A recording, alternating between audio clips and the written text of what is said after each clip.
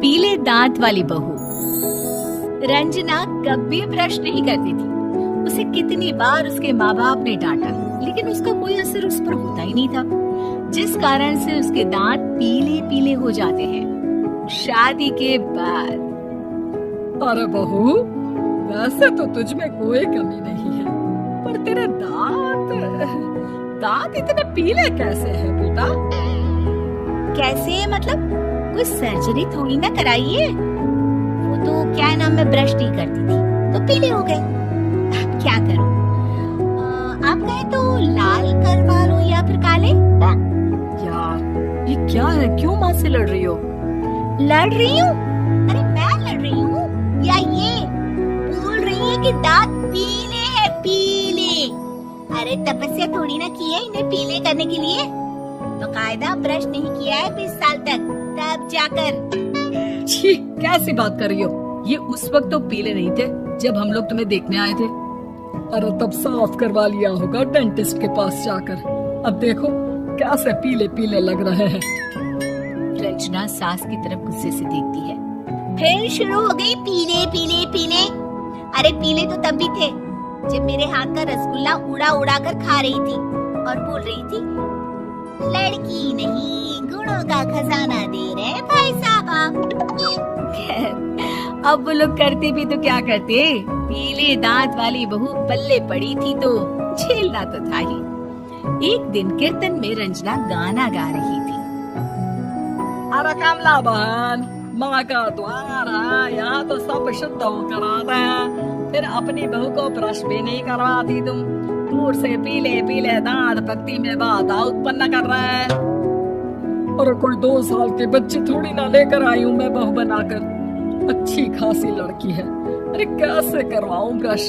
ये तो उसे खुद करना चाहिए ना। अब माँ बाप तो इसके जैसे तैसे निपटा दिए, ये नहीं सोचा कि सास कैसे संभालेगी। सास बहू को लेकर घर आ जाती है, लेकिन सोच लेती है कि अब इसे लेकर कहीं नहीं जाएगी। अगले रोज बहू कहती है, अरे क्या हो गया, मंदिर नहीं जाना क्या? कीर्तन का वक्त हो रहा है। मेरी मधुर वाणी से कान्हा जी जागते हैं और सोते हैं। आप तो जानती है ना उनकी भक्ति में कितना मन लगता है मेरा। वो क्या है ना, तबीयत ठीक नहीं लग रही है मेरी, आराम करूंगी मैं। तबीयत ठीक नहीं लग रही? अभी तो मिथुन के गाने पर नाच रही थी आप, और अब बोल रही है कि तबीयत ठीक नहीं लग रही। अरे भक्ति में मन लगा लो सासू माँ, ऊपर जाना है, क्या मुंह दिखाओगी आप? हाँ? सास को बहू की बात पर गुस्सा आ जाता है। मैं क्या मुंह दिखाऊंगी, इसकी चिंता तो ना कर, समझी? अपने मुंह की चिंता कर, जो ये पीले पीले दांत लेकर हर जगह पहुंच जाती है। पता है लोग कितना मजाक बनाते हैं। ना जी ना, मैं नहीं जाना कहीं तेरे साथ। तो ये बात है, कोई ना, मत जाओ, मैं अपने कमरे में ही बैठकर भक्ति कर लूंगी। ऊपर वाला दांत थोड़ी ना देखता है, मन देखता है, भावना देखता है। और अरे बस बस, तू सब कुछ दिखा, बस ये सफेद चमकदार दांत ना दिखाना किसी को, है? जा यहाँ से। बहू को सास की बात का कोई फर्क नहीं पड़ता, वो तो जैसी थी वैसी ही रह जाती है। सुबह नहाकर किचन में खाना बनाना, फिर खाना खाना, कीर्तन भजन करना और सो जाना। एक दिन, माँ जी मैं सहेली के घर जा रही हूँ, शाम को लेट आऊंगी। हाँ, तो जाना, मैंने कौन सा तेरी आरती करनी है घर पर बैठकर।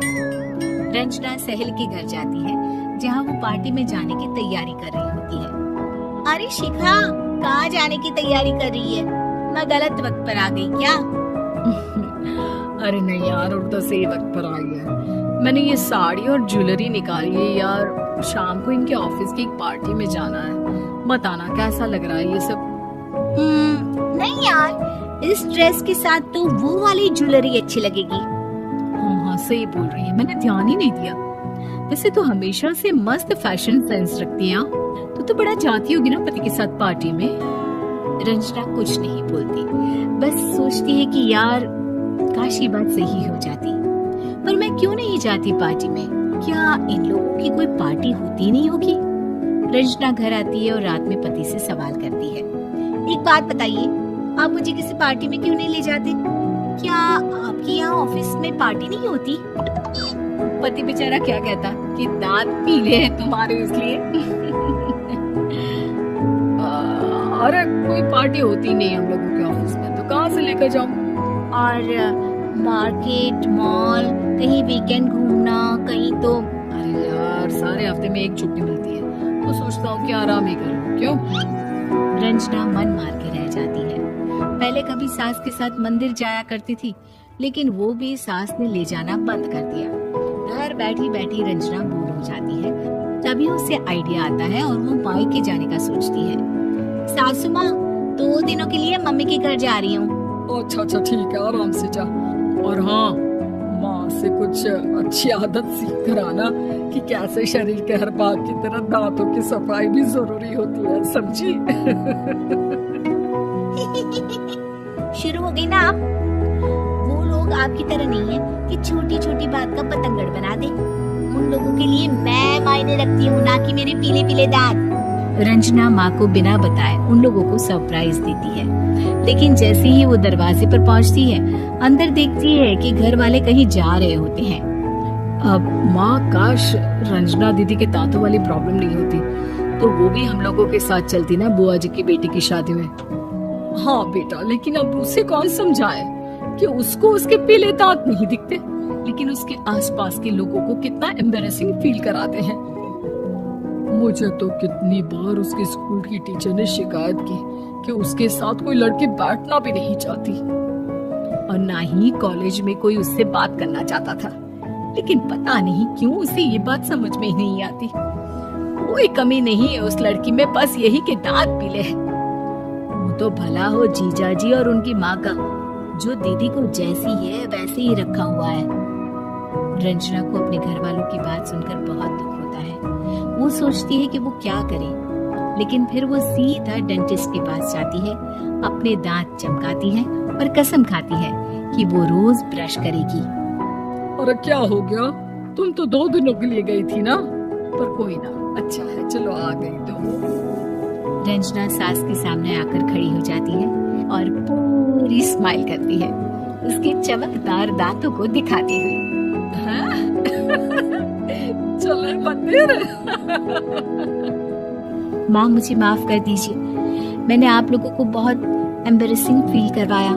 मैं आज से रोज ब्रश करूंगी।